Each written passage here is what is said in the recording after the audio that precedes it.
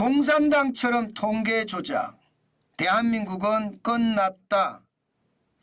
제가 대한민국은 끝났다는 이야기를 솔직히 안 쓰고 싶어요. 그런데 제가 계속 대한민국은 끝났다 이 단어를 쓰는 것은요. 문장이죠. 한 문장을 쓰는 것은 그만큼 말입니다.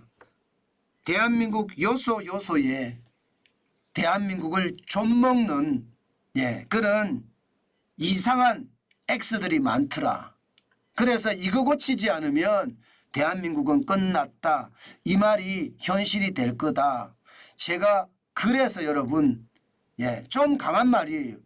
나의 조국이 망하는 거 저도 바라지 않습니다. 그렇지만 경각심을 좀 많이 주자는 차원에서 대한민국은 끝났다 하면서 제가 이야기를 하고 있는데 오늘도 한번 들어봐 주시겠습니까? 저는 이 통계 조작 말입니다. 통계 조작. 이것은요. 진짜 충격적인 요소라고 생각을 합니다.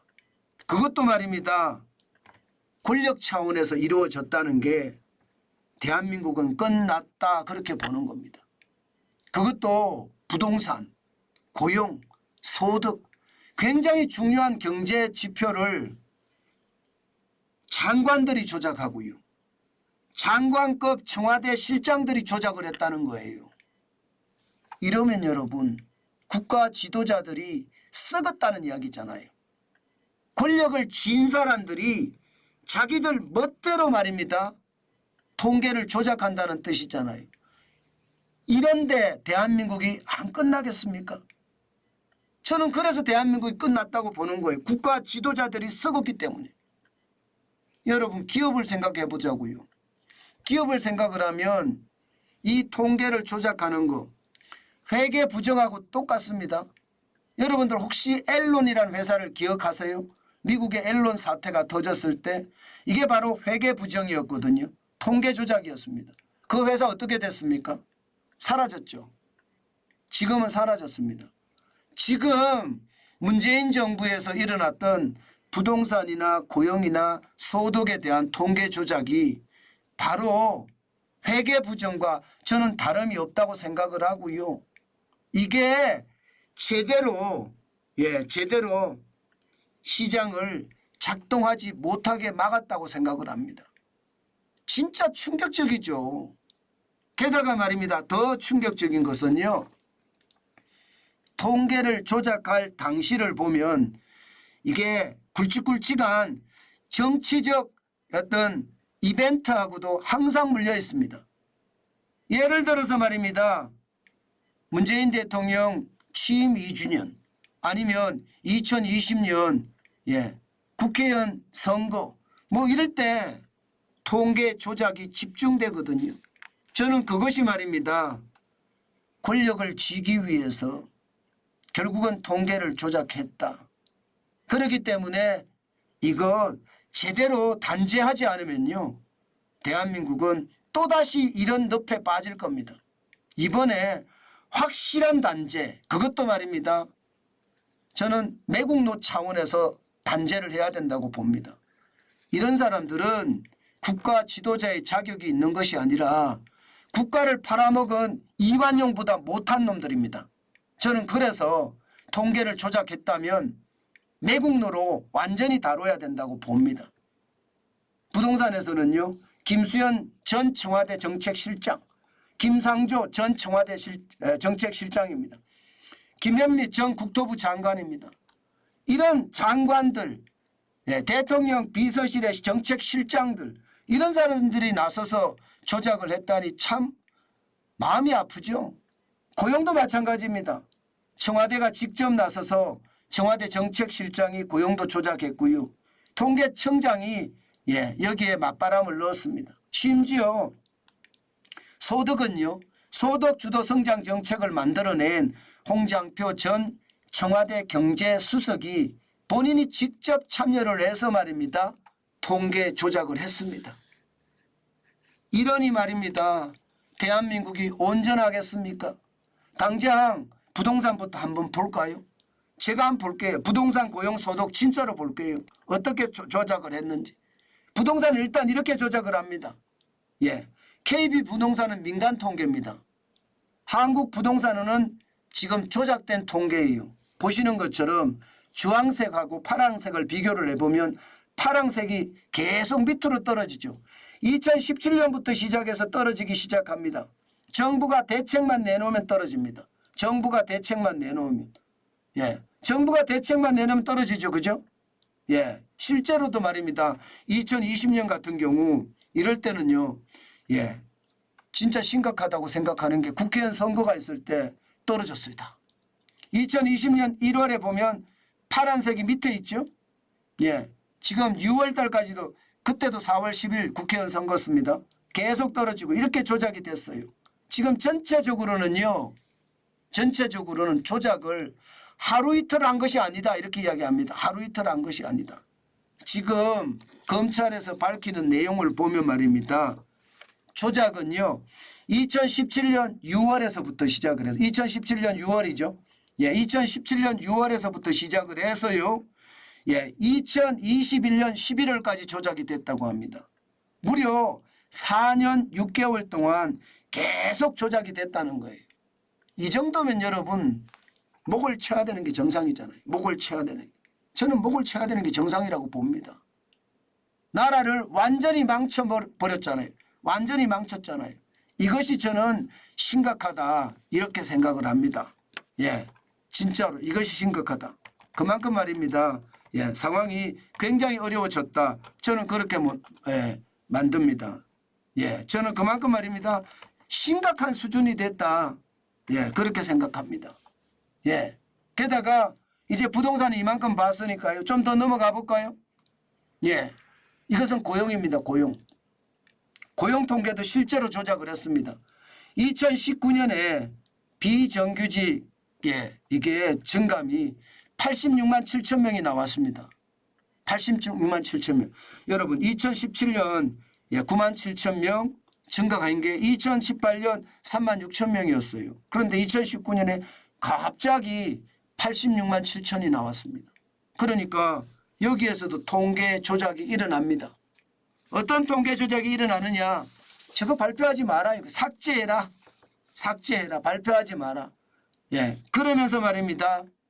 청와대 정책실장하고요. 통계청장하고 왔다 갔다 물밑 거래가 있었다는 이야기가 되는 거죠. 2020년에는 실제로 5만 5천 명이 줄어듭니다. 게다가 또 2021년에 64만 명이 늘어납니다. 진짜 심각하다고 저는 생각하는 거죠. 심각하다고. 예, 실제로 말입니다. 그런 일이 벌어지는 거예요. 2022년에 9만 명. 문재인 정부는 비정규직 제로를 선언을 했잖아요. 비정규직 제로가 선언이 안 되고 결국은 말입니다. 최악의 상태가 됐다는 것. 저는 실제로도 조작이 일어났다고 보는 거고요. 여기에다가 말입니다. 예, 소득 분배 지표도 조작을 했습니다. 2018년 3월에 실제 1분기가 끝났을 때죠. 끝나니까 5분위 배율을 보니까 6.01이 나왔습니다. 6.01 배면 1분위가 이게 못 사는 사람들이잖아요. 0에서 20%까지를 1분위라고 합니다. 5분위는요. 80에서 100%를 5분위라고 해요. 이 두 개의 차이 배수가 이게 빈부격차를 나타내는 거거든요. 빈부격차가 6.01배예요. 그런데 조작을 하니까 5.95배로 6자에서 5자로 떨어졌습니다. 세상에 뭐 이런 일을 한다고 이야기합니까? 뭐 세상에 말도 안 되는 일이 이렇게 벌어지냐고요. 이것도 말입니다. 청와대 정책실장 이런 사람들 게다가 더 중요한 것은요. 장관들, 청장이면 차관들 이런 사람들까지 같이 합세해서 국가 통계를 조작했다는 것은 저는 나라가 쉽게 말하면 최악으로 변해버렸다. 저는 그렇게 생각합니다. 저런 사람들이 있는 한 대한민국은요. 결국 최악의 상태가 되는 거예요. 저는 국가 반역자 반열로 이거 취급해야 된다고 생각을 합니다. 그렇게 하지 않으면 앞으로 또 저런 일을 발생이 될 거예요. 여러분 우리가 쉽게 알 수 있는 것도 그렇잖아요. 주택 가격 변동률 조작은요. 무려 말입니다. 4년 6개월 동안 125차례나 있었다고 합니다. 2017년 6월에서 2021년 11월까지 말입니다. 어떻게 조작을 했느냐. 집값 변동률을 말입니다. 속보치부터 시작해서 주중치, 확정치까지 발표하기 전에 청와대에 미리 보고하라는 거예요. 매주 3차례씩.